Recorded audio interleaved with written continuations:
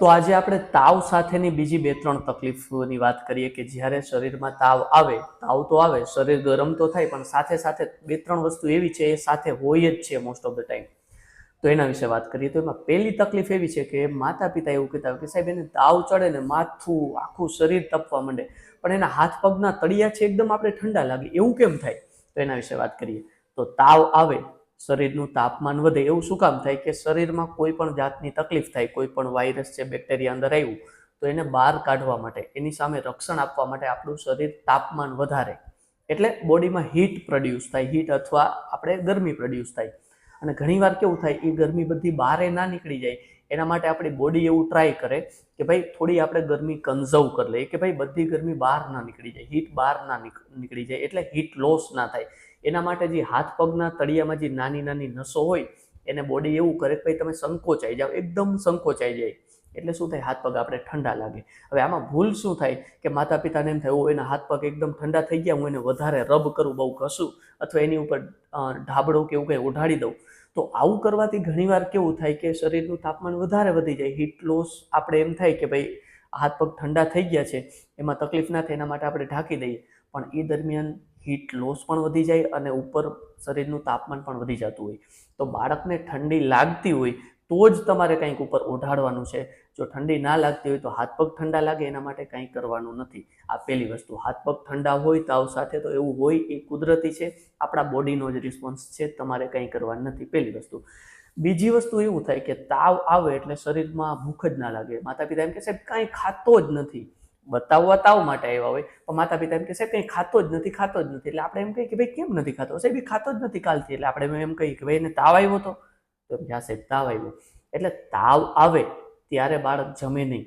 ઘણીવાર શરદી ઉધરસ થાય, ઝાડા ઉલટી થાય, એ દરમિયાન પણ બાળક જમે નહીં. તો કહેવાનો મતલબ શરીરમાં ક્યારેય સોજા આવે, જ્યારે સોજા આવે એટલે ઇન્ફ્લામેશન થાય, એ દરમિયાન બાળકની અથવા આપણી કોઈ પણની એપેટાઇટ કે ભૂખ ઘટી જાય. એટલે શરીરમાં સોજા આવે તો શરીરમાં આપણે ભૂખ ઘટી જાય, એ કુદરતી વસ્તુ છે. તો એ ટાઈમે આપણે જે તકલીફ હોય એની દવા કરવાની છે.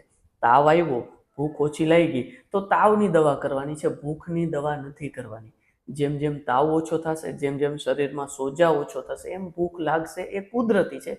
એમાં આપણે દવા નથી પીવડાવવાની ભૂખની, આપણે જે તકલીફ છે તાવ છે એની દવા પીવડાવવાની. આ બીજી વસ્તુ. અને ત્રીજી વસ્તુ, તાવ સાથે કોમનલી બાળકોમાં શરદી ઉધરસ સાથે હોય જ છે.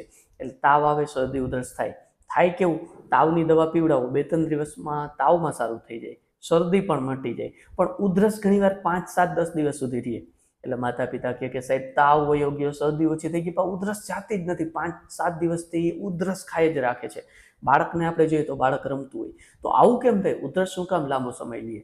અગેઇન કે ભાઈ તાવ આવ્યો, એક જાતનો સોજા છે, શરદીનો સોજા છે, એ બધી વસ્તુને લીધે જે શ્વાસની નળી છે આપણી બહુ જ લાંબી હોય, બહુ મોટી હોય, એમાં પણ સોજા આવે. એ સોજા ધીમે ધીમે ઉતરે, એટલે ઘણીવાર ઉધરસ છે એ 5-7 દિવસ રહે. શ્વાસની નળીમાં સોજા આવે એટલે નળી થોડી નાની થઈ જાય, એમાંથી જ્યારે હવા બહાર જાય, હવા બહાર જવામાં તકલીફ પડે, એને લીધે બોડી ટ્રાય કરે કે ભાઈ વધારે ફોર્સથી હવા બહાર નીકળી જાય, એટલે આપણે ઉધરસ આવે. આ પણ કુદરતનો જ નિયમ છે, આપણા બોડીનો જ નિયમ છે, આપણે આમાં કોઈ ચેન્જ કરવાનો નથી.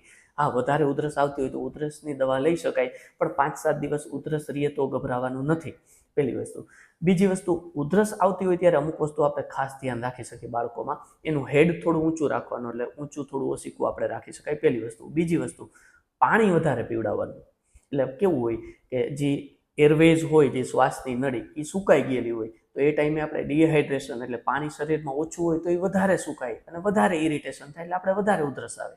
તો આ કન્ડિશનમાં આપણે પાણી વધારે પીવડાવવાનું, માથું થોડું ઊંચું રાખવાનું, અમુક ખોરાક આપણે એવોઇડ કરવાનો, બહારની બધી વસ્તુ એવોઇડ કરવાની, જેમાં સુગર વધારે હોય, જેમાં સ્પાઇસી એટલે તીખો તમતમતો ખોરાક, જેમાં સુગર અથવા તમતમતો ખોરાક, તીખી વસ્તુ વધારે હોય, અને ઘણીવાર સોલ્ટી વસ્તુ કે જે બહુ જ ટૂંકમાં નિમકવાળી વસ્તુ હોય, આ બધી વસ્તુ એવોઇડ કરવાની.